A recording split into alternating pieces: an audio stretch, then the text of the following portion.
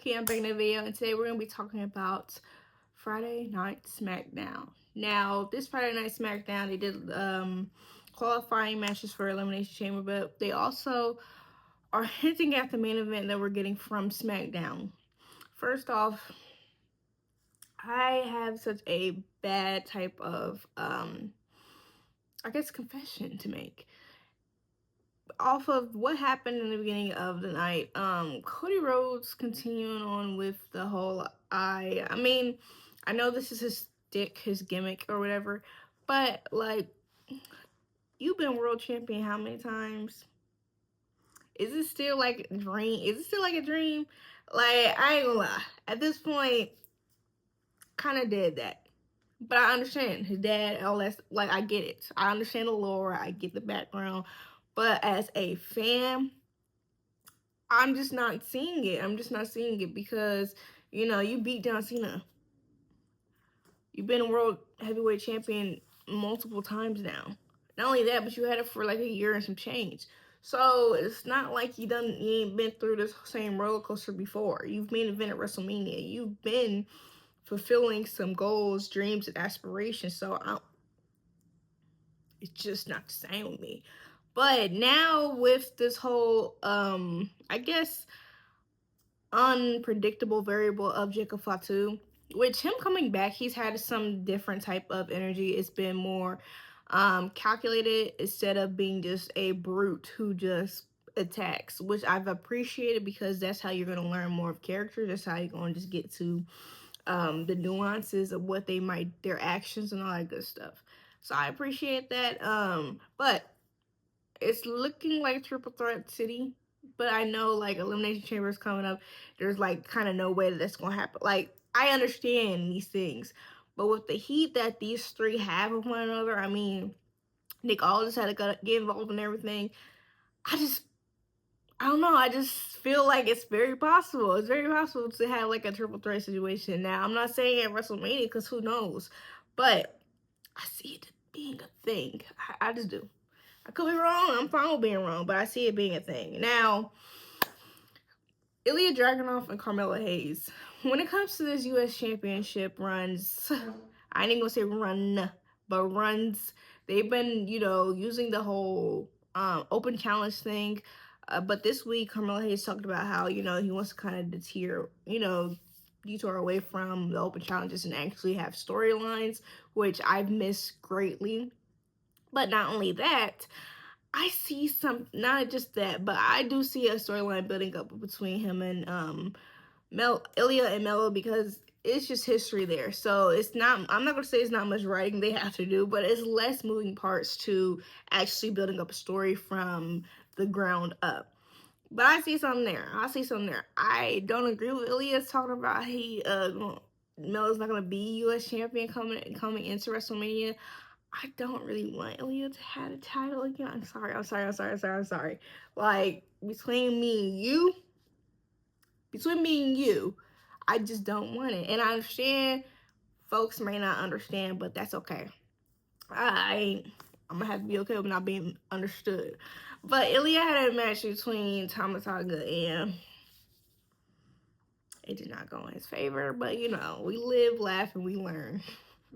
The MFTs were there ready to get involved, which I ain't gonna lie, it don't get over me. I know for a lot of people it gets old. I am tired of the interruptions though. I think we should go a whole week without interruptions and a whole week clean matches straight up.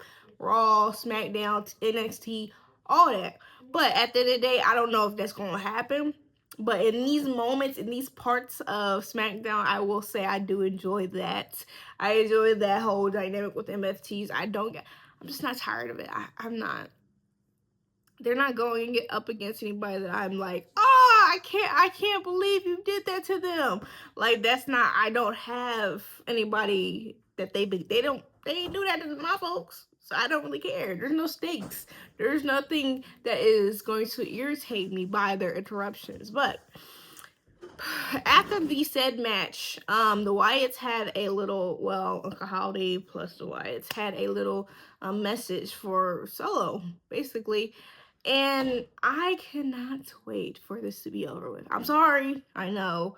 But I just feel as if we have detoured so far away from the originality, the drama, dramatics of WWE, that when you have supernatural characters, it just sometimes can fall flat because you're so hyper realistic in other areas. If you're not willing to get, crazy, like suspending the belief, like I am over here watching a soap opera, like it's not like, if you're not having me with that mindset straight up through the gate, and you're not catering towards that all the way through with all their interactions, it falls flat. Not all the way, of course, and I appreciate um the wrestlers and what they've been doing, but that's just my truth.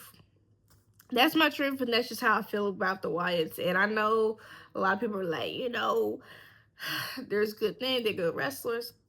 Those things are true, but supernatural things just don't hit the same anymore in this new era of wrestling. And I can even attribute that to Aleister Black and what Zelina Vega's been doing. I mean, I like the freakiness, but like that fireball and all that stuff, like what I have not seen y'all throw any other fireballs since then. So my care for what you have is not always going to be consistent because they're not tapped into what they've done before in the past with catering to supernatural things, just things that are not realistic. If you move so much into hyperrealism, there's characters that's gonna suffer from that. I know, very much of a tangent, but that's just what goes into why I'm like, with the YS6, because it's just like it has not landed for me. It has not landed for me as a fan. I'm sorry, it just hasn't. Now, Meechin has made her return and with BFAB on SmackDown. They were out on injury, but they did not miss a second. They came up and they basically approached Jade. Now, I see the look in BFAB's eyes, okay? Because Meechin was 100% with that, about that right now type stuff, or scary stuff, like trying to scare Jade. But BFAB was like, hey, she's just not going to expect it when it happens. I don't know. I don't know what's going to happen. I don't know if it's like they're going to get to a point where one of them can get a title opportunity and the other doesn't, or if one is just going to be on Jade's inside and surprise everybody. I have no idea. But I just feel as if it's not going to be as straightforward as a lot of people think between that storyline. But I'm excited to see Meechin and BFAB back on TV.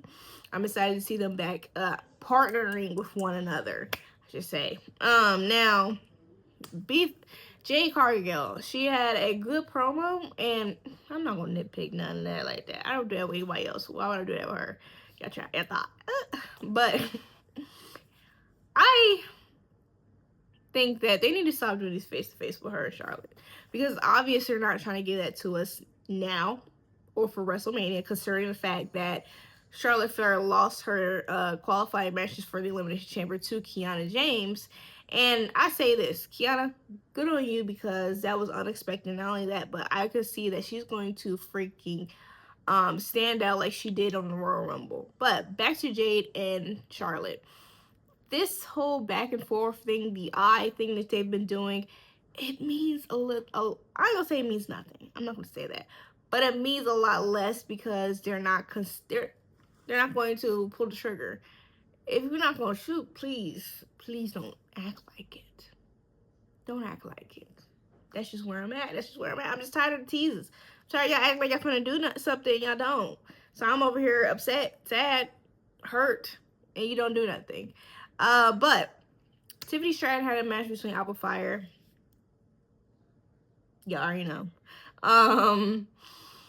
With the whole Cody Rhodes thing, he has not, I don't think his character is going to change anytime soon, but he did have a crazy comment to Sami Zayn that I feel like, you're going to appreciate this comment, okay? He basically like, hey, this is why you are Sami. And I understand a lot of people want Sami Zayn to be world champion soon because, he's worked his behind off. He has, and he's very talented. But again, that whole movement has not landed with me. And I know a lot of people, if this is your first time watching my video, I'm sorry. I'm sorry because you're going to think, this girl ain't pleased about nothing. She's not happy about nothing. Please look at my other videos, please. Because I am happy about a lot of things. And I work for a lot of people. But, again, it just hasn't landed for like that whole, the way Sami Zayn is now. I feel as if he was able to get that title, he'd lose it as soon as possible. Like, I get, wait, they're not gonna have no title defense for like 3 months. In that third, I'm sorry. And then that second time, he's gonna have 2 defenses right out of my 3rd months. That first defense is gonna be real sweet little Smackdown type stuff, and then the last one is gonna be on a PLE. Then he loses the title. Like, I'd rather see him not get it. You know, I know I was one. I'm one of those people that really are saying like, hey, world champions should be champions for like a small amount of time. You know, you could move the ball to somebody else, and I will stay on that level. But when it comes to Sami Zayn, because people have built it up, hyped it up so much, I'd rather him not touch it. That's just me. And again, I understand if a lot of people won't understand that and disagree with it. I'm cool with that. But that's just where I'm at. But they had a qualifying match with Carmella Hayes, Trick Williams, and Damian Priest. First off, I really love seeing Trick Williams and Carmella Hayes in a match together like that. I really did. Y'all saw how they worked together. It's like the chemistry is still there. And I know that had to mean a lot for them, to them. You know, they didn't have the opportunity to be in the Royal Rumble with one another as they both are now on the main roster. But hey, I ain't gonna lie. I was one of those people who's like, I'm scared of what's gonna happen if they're on the same brand. But they both have been spotlighted in an appropriate way to where no matter what happens, if they have to interact with one another, I know they're only going to build on their history and they won't be set to die on an island, because sometimes when they put people together, like, they don't develop and they just stay stagnant. And I don't want to see that happen for either of those two. But Damian Priest, I ain't gonna lie, I appreciate him being in these matches because he is world champion quality, world championship material. He has been a world champion. But in that environment, I was only rooting for Trick Williams or Carmella Hayes. And more specifically, Carmella Hayes, because he wasn't in the Royal Rumble. But now Trick Williams is going to Elimination Chamber because he pinned Damian Priest. It's crazy, though. Trick has been on a roll. Not only that, but he got a little rub by Randy Orton when he said whoop that Trick in the main event with Aleister Black. Now, the main event was going kind of Randy's way, but then Drew McIntyre and Cody Rhodes came out with some shenanigans. So I don't know if Randy Orton's going to be quite happy about that, because that is what really, in my opinion, because, you know, I'm always going to root for Randy Orton. That is what really kind of cost that man that match. We're going to just have to see what that's going to result in between whatever relationships Randy Orton has. I know we've been wanting a Randy Orton and Cody Rhodes type of feud match, but they're not gonna get it to us anytime soon. Don't even, hey, lower your expectations to 0 and you won't even be disappointed. But you guys, let me know how you feel about Smackdown. Thank you for watching. Please like, comment, share, and subscribe. I'll see you guys next time. Bye.